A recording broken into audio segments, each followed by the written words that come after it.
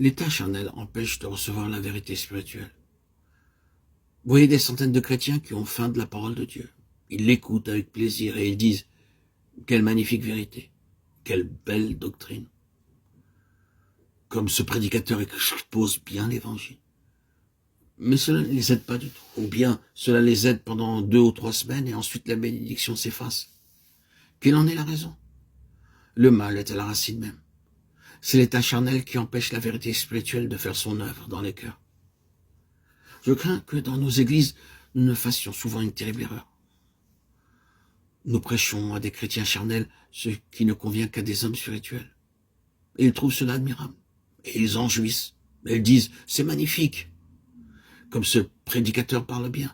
Quelle connaissance profonde des vérités évangéliques. Mais leurs vies ne sont pas transformées. Ils sont charnels. Malgré l'enseignement spirituel qu'ils reçoivent. C'est une chose que nous devions demander à Dieu, c'est celle-ci.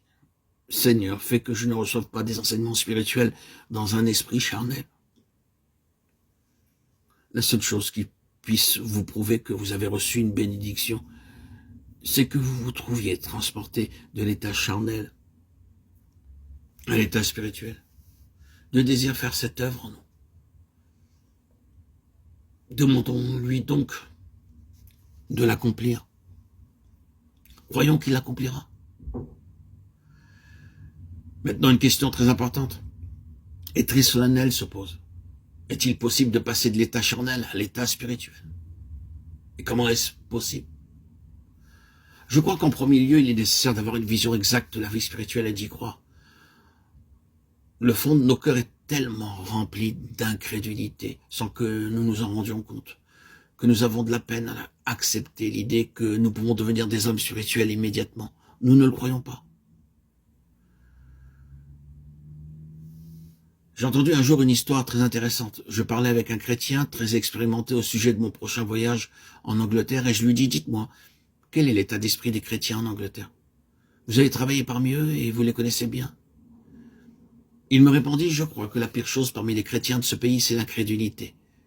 Et il se mit à me raconter l'histoire d'un jeune homme qui travaillait dans l'œuvre de Dieu en Angleterre. Ce jeune homme possédait des dons remarquables et mon ami ne pouvait comprendre pourquoi, avec de tels dons, il n'obtenait pas davantage de bénédictions. Tous deux passèrent une journée entière à chercher quel pouvait être l'obstacle qui empêchait ce jeune homme d'être béni dans son travail pour Dieu. Peu à peu, ils découvrirent le motif véritable, c'était l'incrédulité. Ce jeune homme ne croyait pas qu'il fût possible d'avoir une vie consacrée. Il n'avait pas la certitude que Dieu était prêt à lui accorder la bénédiction demandée. Ce soir-là, ce jeune homme devait faire une réunion, mais son ami lui dit « Je ferai la réunion à votre place. Rentrez chez vous et revenez me voir demain matin à 9h. » Le jeune homme revint le jour suivant et ils recommencèrent à parler ensemble et à prier. Et dans le cours de la journée, le jeune homme saisit ce que c'était que de croire en la puissance de Dieu pour une vie d'entière consécration. Dieu lui accorda la bénédiction qu'il recherchait et par la suite son ministère fut 10 fois plus fécond qu'auparavant. Oh frères et sœurs en Christ, croyez que si vous êtes prêts à recevoir cette bénédiction et si vous désirez la recevoir, Dieu peut faire de vous un homme, une femme spirituelle. Essayez seulement. Tout d'abord, tâchez d'avoir une claire vision de ce qu'est la vie spirituelle, de ce que Dieu attend de vous. Et croyez que vous pouvez devenir un homme, une femme à l'état spirituel.